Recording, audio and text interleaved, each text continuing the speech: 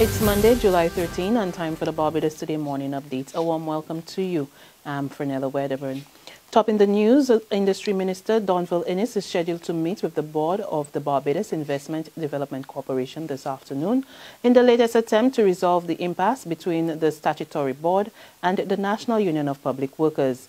In a statement issued yesterday, Innes said he's concerned about the possibility of a major industrial action and the likely negative impact on the economy. And he says he will continue to make every effort to avert a major strike. Finance Minister Chris Sinclair also weighed in on the impasse, warning that if the matter is not resolved, the industrial action could undermine the economy. Meantime, the NUPW will be meeting with its members and workers of all statutory boards at 2 this afternoon. The union has been stepping up its industrial action in a bid to get 13 former BIDC workers reinstated. Union President Akani McDowell tells Barbados Today that the workers will be given an update of Thursday's talks with the BIDC, chaired by Labour Minister Dr. Esther Bayer.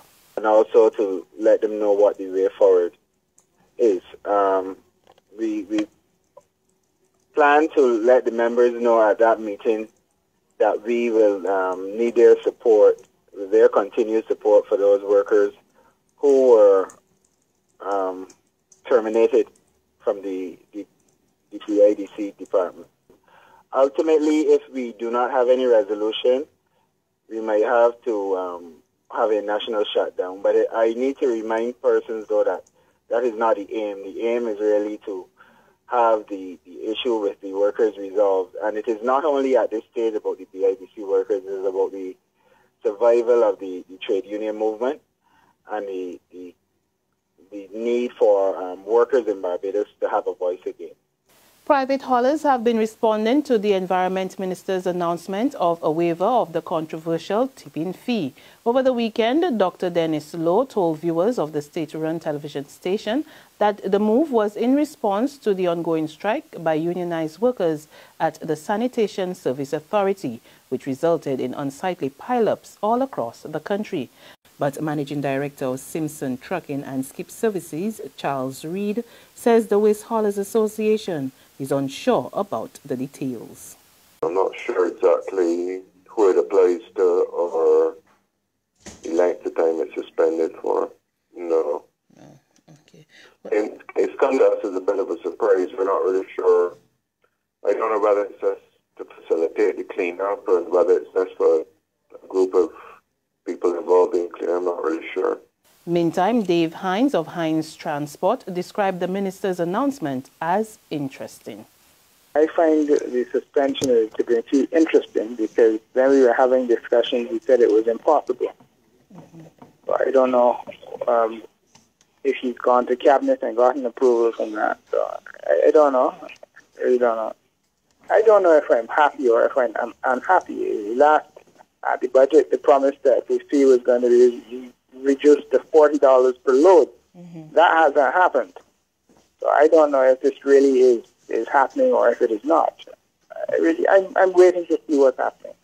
Government has been refusing to give in to demands by private haulers who took strike action for the tipping fee to be scrapped on the grounds that its implementation was unfair and threatened the survival of their businesses. The controversial fee was first introduced back in May. In other news, an Anglican cleric is concerned about the lyrics contained in some of this year's crop over music, and Reverend Hugh Sandiford, the rector of the St. Matthias Church, is telling his members that the messages in the songs may be leading them astray, as communication through music tends to be more effective. This being summertime, it is also crop over time. It is a time of great celebration. But recently, as we listen to our radios, it has become a time of debauchery. And it seems like most of the songs produced over the last 2 years are encouraging persons to partake in the consumption of alcohol as a way of having a good time, as a way of dealing with stress. But what we ought to remember is that we learn in many ways. And music is one of the more potent mediums for transmitting information. Sports now, and Jamaica Tallowers slumped to a disappointing 84-run defeat to Guyana Amazon Warriors in their final home Hero Caribbean Premier League game at Sabina Park yesterday.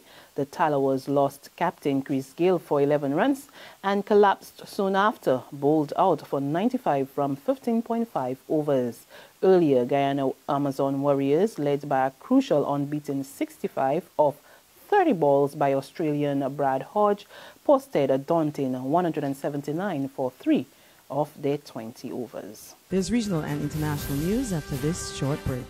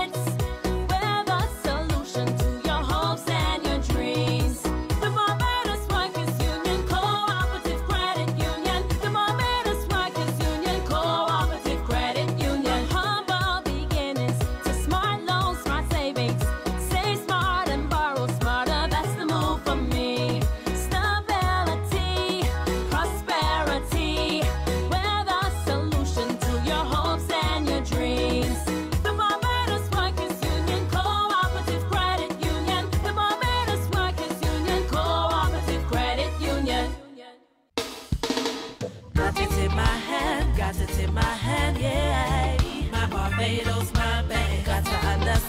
Got to understand, yeah. My Barbados, my bank. Ain't nothing like a core bank spare. None of them others just can't compare.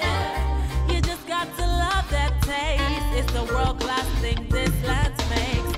Whether I'm cruising or at a bar, whether I'm at home, my bank spare is never far.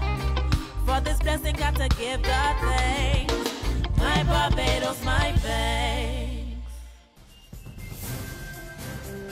We pick up with news on the regional scene. Health authorities in St. Lucia are appealing to parents whose children have not been vaccinated against the contagious whooping cough to do so. This as the island records 2 confirmed cases of the virus and 6 suspected cases. We get more in this report from HTS News Force. We know that there are small pockets where persons have children who may not have ever received. Some children have never received the vaccine, and persons have various reasons why. But there are also persons, I believe, who are quite willing to immunize their children, but for some reason or the other, they forget that they need to come for the first dose, the second dose, the third dose. And that's why we're appealing to those persons, to those parents, to ensure that the children are brought in. The Ministry of Health has also strengthened its community outreach program. According to Assistant Principal Nursing Officer for the Community, Julia Joseph, the campaign seeks to alleviate the risk of infection by ensuring that all children are fully vaccinated. Further afield, Mexican authorities are on the hunt for the country's most notorious drug lord, Joaquin El Chapo Guzman. They call him El Chapo, or Shorty, for his small 5'6" frame. But his legend is enormous, and now the world's most powerful and deadly drug trafficking kingpin has broken out of prison in Mexico again.